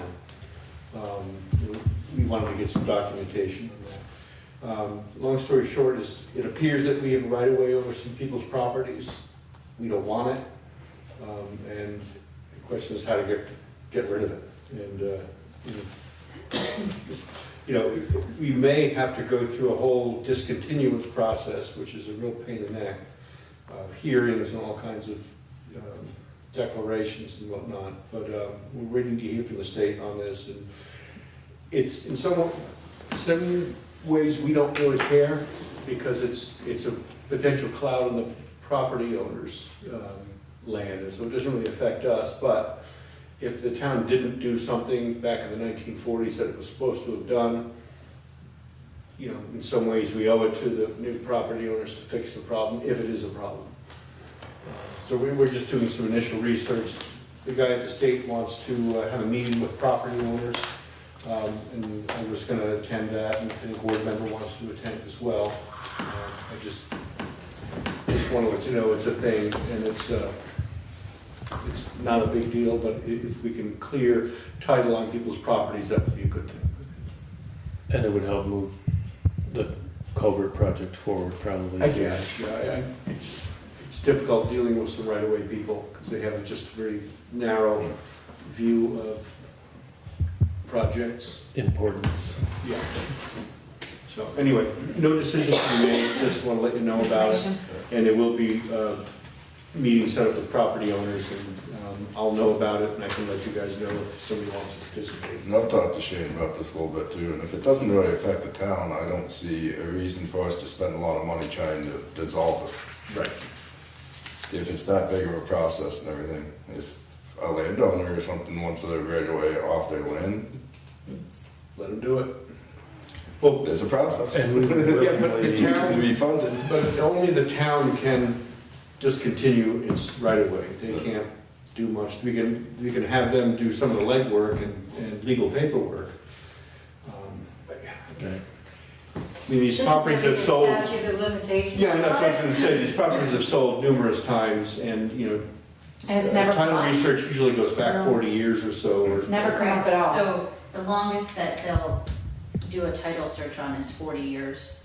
Title search companies will ask for a 40-year search. So given that this is significantly older than that, It's not they're 50 just not researching back that far. Right. So as far as title goes, they're not concerned about it. As far as the town goes, until it was brought up, it probably didn't even really remember anything about it. No, it's just, anyway, let's not spend another minute on it. Yeah. Or any money on it, if we don't have to. Right. Yeah, that was my thoughts. All right, moving on to 11D, consider changes to January select board meeting schedule. This is due to the first one being the day after New Year's and the second one being on Martin Luther King Day. Martin Luther King Day. So yeah, I just suggest we move the meetings out. There's There's 5 Mondays, just like last year. Yep. Just we did last year. Worked out smoothly. Is that gonna do anything to screw with getting ready for town meeting? The warning has to be approved on the 23rd. So we have But you were two gonna have a meetings. meeting then anyway. So now you just don't have to have another one. No, it's not special. Gotcha. So you're saving us. Yes. Well, then I'll make the motion. I'll second it. I move to adjust the regular select board meeting schedule for January 2023 to meet on January 9 and 23 instead of January 2 and 16. Second. All those in favor? Aye. Aye. Moving on to 11E, executive session, appointment or employment or evaluation of a public officer or employee per 1 VSA 313A3. I move to enter executive session to consider the employment or evaluation of a town officer or employee pursuant to Title I VSA Section 313A3 and invite Shane and Tina Yeah, invite Tina. to attend the executive session. Tina, can you stay? Second. Second, all those in